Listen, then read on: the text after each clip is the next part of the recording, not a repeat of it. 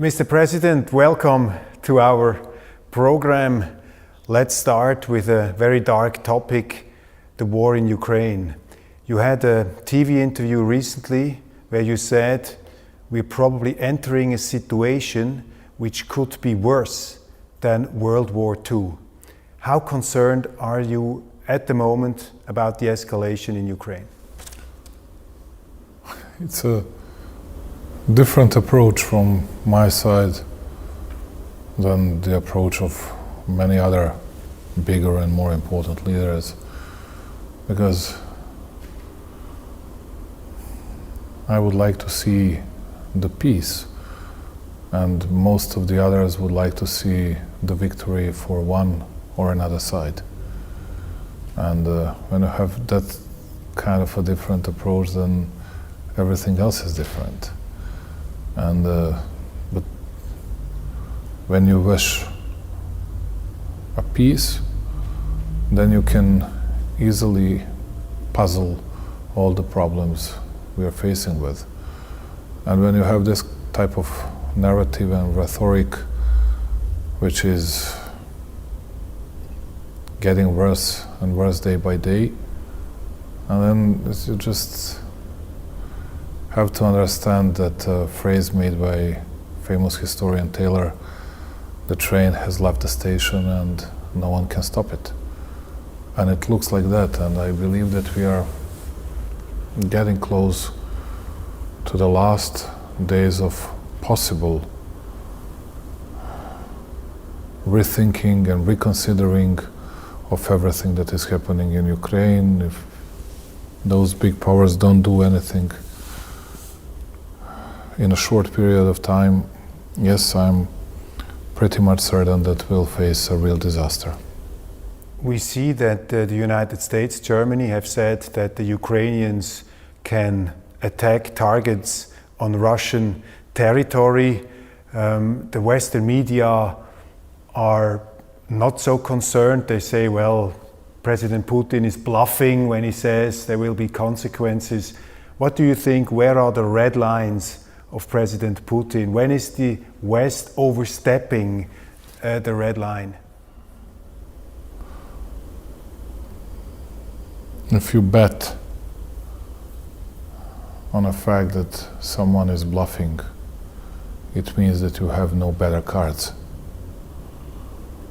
But you just believe that the other side has weaker cards, and you're not sure about it because you don't know and you didn't see his or their cards. And to me, would have always been very cautious and prudent when assessing Putin's will or Putin's possible future moves, and wouldn't be that sure. Of course, I cannot be in his shoes. I don't see things through his eyes, but I believe that this will just contribute to the further deterioration of the situation. This won't help anyone. This will just deteriorate the situation. Leaders in Germany, even politicians in Switzerland, leaders in the United States, they say, well, Putin, he's an imperial dictator. He starts with Ukraine and then he attacks other countries. The German military minister has just expressed that Putin had explicitly said he will attack other countries.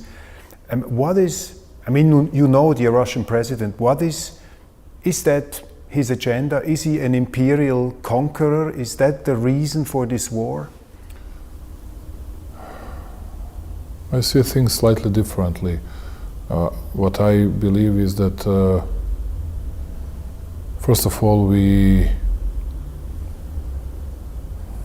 condemn that incursion and intrusion into Ukrainian territory, as you know, as a country, as a state. But it's more complex and it's much more complicated. And if you want to make this kind of equations, and then my question would be, what did you do with Serbia in 1999 and 2008? and then there are no responses. And you saw that Putin was using that Kosovo precedent in his recent statement as well. And there are no responses to that.